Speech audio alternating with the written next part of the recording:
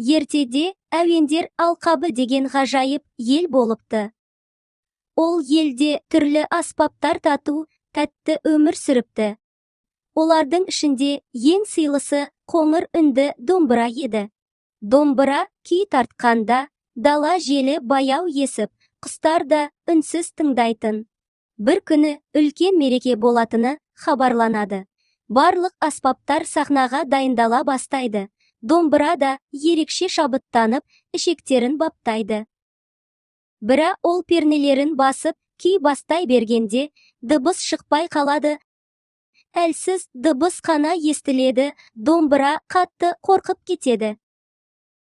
Оның мұңын бірінші болып, нәзік дауысты сыбызғы естиді. Досым, сен уайымдама. Әр аспаптың үні жүрегінде болады. Дейді сыбызғы. Сол кезде алыстан қоңыр әуенмен қобыз келіп қосылады. Домбыра, сен көптен бері демалмадың. Мүмкін шаршаған шығарсың. Дейді қобыз, ал көңілді барабан тарсылдатып келіп. Жылама, біз бәріміз бірге көмектесеміз. Дейді. Аспаптар жиналып, домбыраны ортаға алады. Сыбызғы жұмсақ әуен ойнайды. Қобыз баяу үн қосады. Барабан ырғақ береді.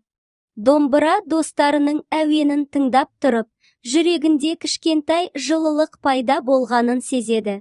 Сол сәтте оның бір ішегі сыңғыр етіп дыбыс шығарады. Аспаптар қуанып кетеді. Домбыра терең тыныс алып, қайтадан күй тарта бастайды.